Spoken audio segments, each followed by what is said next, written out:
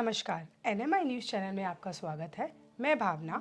आज हमारे साथ आचार्य सुमन शर्मा जी हैं। नमस्कार आचार्य जी। नमस्कार जी।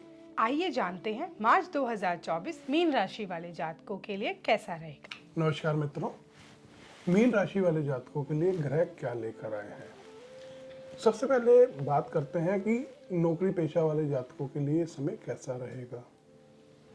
लगन का स्वामी जो बृहस्पति है वो दूसरे भाव में मेष राशि में गोचर कर रहे हैं और मेष राशि का जो स्वामी मंगल है वह 11वें भाव में उच्च का होकर शुक्र के साथ गोचर कर रहा है।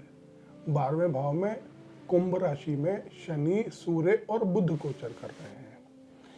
इस दृष्टि से देखें तो काम के क्षेत्र में, क्योंकि बृहस्पति की नवम दृष्टि दशम भाव पर पड़ती है और वो बृहस्पति का अपना घर है, तो बृहस्पति जब भी अपने घर को देखेगा तो लाभ के संकेत देता है, तो कार्य क्षेत्र में लाभ का संकेत मिलता है। और 11वें भाव जो आय का भाव है वहां पर मंगल जो है उच्च का होकर बैठा है और शुक्र जो धन का कारक है वो है साथ में बैठा है, तो यानी कि कोई अचानक लाभ के संकेत मिलते हैं।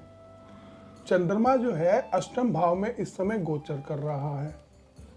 अष्टम भाव में चंद्रमा जब गोचर करता है तो मन में कुछ परेशानियां होती हैं, लेकिन बृहस्पति की दृष्टि पड़ने से इस मन की परेशानियों में अचानक लाभ मिलने के संकेत मिलते हैं।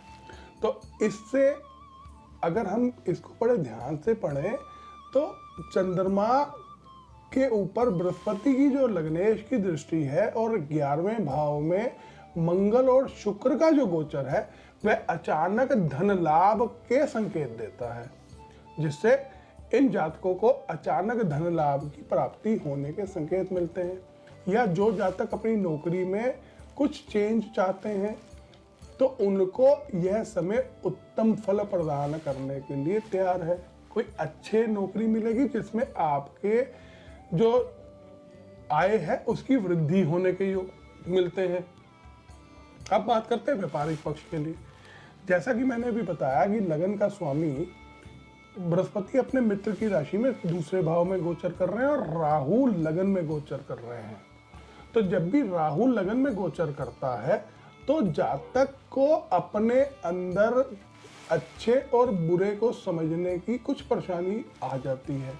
अच्छे और बुरे व्यक्ति को समझने में कुछ परेशानी होती है, लेकिन क्योंकि दशम भाव का स्वामी जो बृहस्पति है वह बृहस्पति अपने घर को देखता है नवम दृष्टि से और 11वें भाव में मंगल और शुक्र है जो 17 तारीख तक मंगल यहीं पर गोचर करता है। तो व्यापारिक दृष्टि से यह एक योग जो बनता है अचानक धन लाभ का बनता है।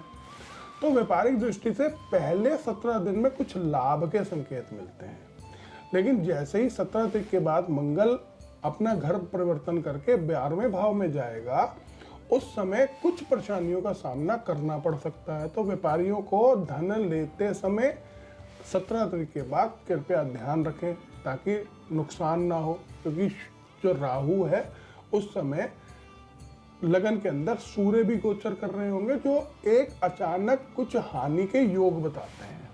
तो व्यापारिक व्यक्तियों को 17 मार्च के बाद व्यापार में पैसे लेन देन करते समय ध्यान देने की परम आवश्यकता है। अब बात करते हैं कि विद्यार्थियों के लिए समय कैसा रहेगा। विद्यार्थियों के लिए समय जो है थोड़ा सा अनुकूलता में कुछ कमी ला सकता है, क्योंकि पंचम भाव में जो विद्या का भाव है उसके सप्तम भाव में मंगल और शुक्र गोचर कर रहे हैं। जब भी मंगल की दृष्टि पंचम भाव पे पड़ती है पढ़ाई के भाव में, पढ़ाई में कुछ अड़चने ला सकता है। तो पहले 17 दिन में कुछ परेशानियों का सामना या मन ना लगना पढ़ाई में ये हो सकता है। तो विद्यार्थियों को इस समय संयम के साथ कार्य करना पड़ेगा और लॉजिकल पढ़ाई करने के से ही आपको लाभ प्राप्त होगा, क्योंकि लगन से पंचम दृष्टि राहु की भी पड़ती है। तो राहु और मंगल की दृष्टि मिलकर बुद्धि के अंदर कुछ ना कुछ विकार पैदा करता है जिससे पढ़ाई में मन ना लगे। तो आपको ये ध्यान रखना है कि मंगल की दृष्टि जैसे ही हटेगी तो पढ़ाई के क्षेत्र में कुछ अच्छा योग बनने के संकेत मिलेंगे। तो विद्यार्थियों को ये समझना होगा कि पढ़ाई करते हुए हमें ध्यान रखना है और संयम बनाकर रखना है। इस समय को और अच्छा करने के लिए आप बृहस्पति का जाप करें या हल्दी का टीका लगाएं नाभि पे और अपने फोरहेड पे। यहाँ पर हल्दी का टीका लगाने से आपको विद्यार्थियों को लाभ प्राप्त होगा।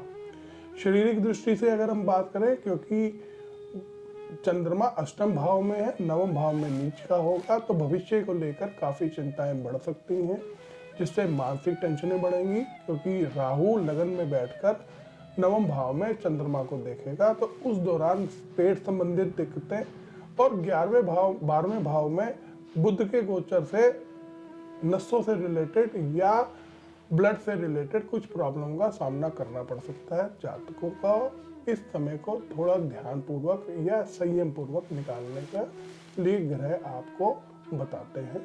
तो आप अपना थोड़ा सा ध्यान रखना चाहिए। पहले 10 दिनों में आपको अपने शरीर का ध्यान रखने की परम आवश्यकता है। जैसा कि मैंने पहले भी बताया कि बृहस्पति का जाप करने से और गाय को चने की दाल खिलाने से आपको लाभ प्राप्त होगा। आचार्य जी, आपको हमारा प्रोग्राम कैसा लगा कमेंट करके ज़रूर बताएं। और अगर आपको आचार्य जी से कुछ भी पूछना है, नीचे दिए गए नंबरों पे कमेंट कीजिए। उनसे पर्सनली व्हाट्सएप करके आप बात कर सकते हैं। और हमारे चैनल को लाइक कीजिए, सब्सक्राइब कीजिए। आपका बहुत बहुत धन्यवाद।